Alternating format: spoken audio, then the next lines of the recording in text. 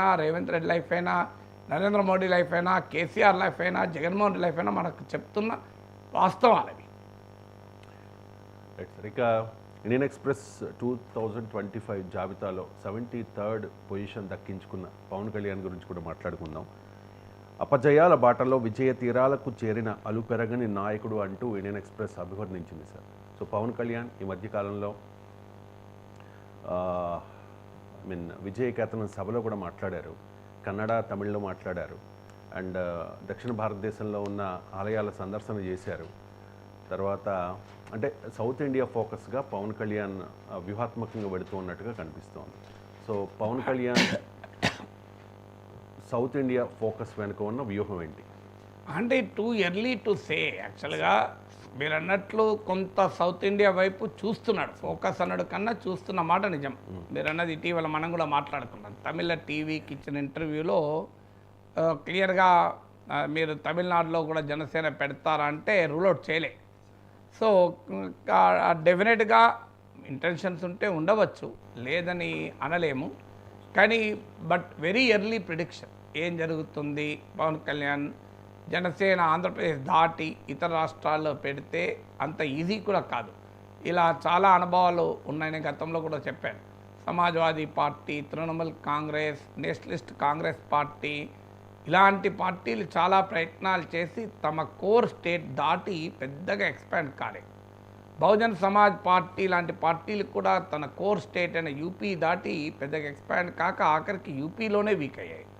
తెలుగునాట చంద్రబాబు నాయుడు జాతీయ పార్టీ అన్నాడు, ఎన్టీ రామారావు భారతదేశం అన్నాడు, కేసీఆర్ భారత రాష్ట్ర సమితి అన్నారు, ఇవేవి సక్సెస్ కాలేదు. సో అందువల్ల ప్రాక్టికల్గా అంత సులభమైన పరిస్థితి కాదు. ఎందుకంటే సౌత్ ఇండియాలో ఆయా రాష్ట్రాల్లో ఉండేటువంటి political terrain, political climate already ఉంది. ఇప్పుడు కేరళ ఉందంటే left LDF versus UDF. So బీజేపీయే నానా కష్టాలు పడుతోంది ఎమర్జ్ కావడానికి. తమిళనాడులో రెండు ద్రావిడ పార్టీల మధ్యనే దశాబ్దాలుగా పోటీ. రెండు జాతీయ పార్టీలైన కాంగ్రెస్, బీజేపీ వాళ్ళ వెనకాల కూర్చొని పోవడమే తప్ప ఇంకోటి లేదు. కర్ణాటకలో కాంగ్రెస్, బీజేపీ ఉంది, ఒక ప్రాంతంలో ప్రాంతీయ పార్టీగా జేడీఎస్ ఉంది. సో తెలంగాణలో ఉన్న రాజకీయమే వేరు అని పవన్ కళ్యాణ్ అనుభవమే చెప్తోంది జిహెచ్ఎంసీ ఎన్నికలు. సో ప్రాక్టికల్గా సౌత్ ఇండియా ఫోకస్ అనే ప్రయత్నం చేసినా, సౌత్ ఇండియా దృష్టి ఉన్నా ఆచరణలో వాతావరణం అయితే లేదు. సో అన్లెస్ ఈ పరిస్థితులు ఏమైనా మారితే చెప్పలేమో అనేది కరెక్ట్. అది రాజకీయాల్లో ఎవరికైనా వర్తిస్తుంది, పవన్ కళ్యాణ్కే కాదు. Nothing can be predicted, nothing can be set with certainty in either politics or cricket అంటారు. రాజకీయాల్లోనూ క్రికెట్లోనూ ఖచ్చితంగా ఇలాగే జరుగుతుంది అని ఎవరమూ చెప్పలేము. సో అందువల్ల చాలామంది కోరిక ఉంటుంది విశ్లేషకుడిగా ఖచ్చితంగా చెప్పాలి అని. ఎందుకంటే వాళ్ళ అభిప్రాయాన్ని ఇంకోటి చెప్పాలి. కానీ ఖచ్చితంగా రాజకీయాల్లోనూ క్రికెట్లోనూ ఎప్పుడు చెప్పలేము.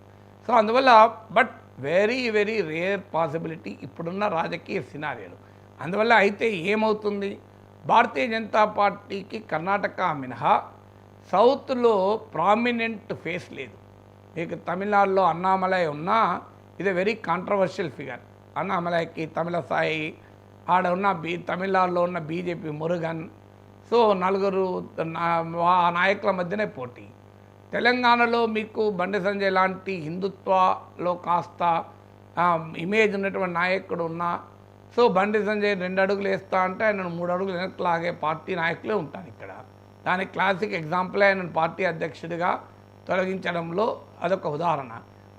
మళ్ళీ పార్టీ అధ్యక్షుడు అయినా ఆయనను ఎంత పని చేయనిస్తారు అనేది ఒక ప్రత్యేకత. ఈవెన్ బండి సంజయ్ అయినా బీజేపీ కోర్ ఐడియాలజీ అయిన హిందుత్వ బ్రాండ్తో ఉండేటువంటి జనాకర్షణే తప్ప బండి సంజయ్గా ప్రత్యేక జనాకర్షణ మీకు పవన్ కళ్యాణ్కి ఉన్నట్లేమీ లేదు కదా.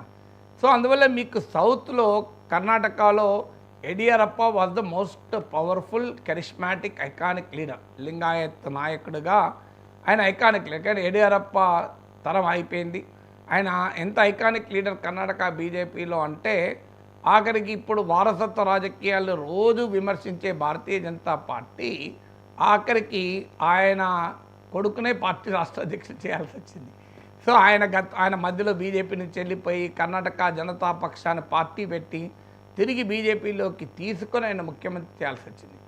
నరేంద్ర మోడీకి ఇచ్చే ఎగ్జంప్షన్ ఆయనకు కూడా ఇచ్చారు. 75 ఇయర్స్ దాటినా కూడా బీజేపీ పార్లమెంటరీ బోర్డులో ఆయన స్థానం ఉంది. అంతే యడియూరప్ప ప్రత్యేకత ఏంటో దీన్ని బట్టి మనకు అర్థమవుతుంది.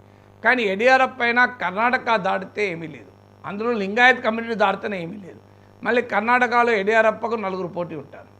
సో అందువల్ల సౌత్లో బీజేపీకి ఆ రకమైన ఇన్ఫ్లుయెన్స్, ఎందుకంటే మోడీ ఫ్యాక్టరు అన్నా కనీసం సౌత్లో కొంత పనిచేస్తుంది, కానీ అమిత్ షా ఫ్యాక్టర్ సౌత్లో పనిచేస్తుందా?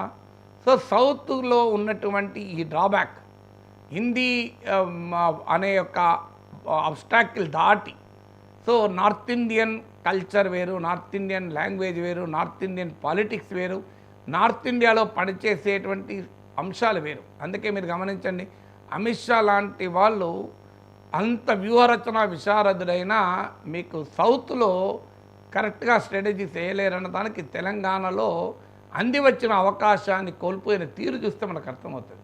తెలంగాణలో దుబ్బాక, జిహెచ్ఎంసి, హుజూరాబాద్ విజయాల సమయంలో కాంగ్రెస్ ఎక్కడుంది అసలు? హుజూర్ నగర్లో ఓడిపోయింది, నాగార్జున సాగర్లో ఓడిపోయింది, దుబ్బాకలో 3rd ప్లేస్, హుజూరాబాద్లో 3000 ఓట్లు, జిహెచ్ఎంసీలో 2 కార్పొరేట్ సీట్లు. అసలు కాంగ్రెస్ అగమ్య గోచరంగా ఉన్న పరిస్థితి కదా. అలాంటి పరిస్థితిలో బీజేపీ ఊపు మీద ఉండగా బీజేపీ జాతీయ నాయకత్వం చేజేతుల తెలంగాణలో కొంతమంది నాయకులు తమ రాజకీయ ప్రయోజనాల కొరకు చేసిన ప్రచారానికి తలవొగ్గి నిర్ణయాలు తీసుకుంది. అంటే తెలంగాణలో సౌత్లో ఉండే పాలిటిక్స్ అమిత్ షా లాంటి అత్యంత వ్యూహాత్మక చతురత కలిగిన నాయకుడికి కూడా అందని ఈడియం ఇది అనేది ఒక ఉదాహరణ. సో ఈ కారణాల రీత్యా పవన్ కళ్యాణ్ లాంటి వారిని ముందు పెట్టాలని బీజేపీ ఆలోచించవచ్చు. సో ఆయన బీజేపీలో విలీనం చేయమని కూడా గతంలో అమిత్ షా అడిగాడని కూడా అంటారు. సో ప్రజారాజ్యాన్ని కాంగ్రెస్లో విలీనం చేస్తారని ఎవరు ఊహించారు కనుక బీజేపీలో జనసేన విలీనం కాదు అని ఖచ్చితంగా ఎవరు చెప్పగలరు? అయితే పవన్ కళ్యాణ్ మాత్రం ఎట్టి పరిస్థితుల్లో కాదు అన్నాడు. సో చిరంజీవితో పోలిస్తే పవన్ కళ్యాణ్ కాస్త ఓపిక, రాజకీయాల్లో ఓపిక.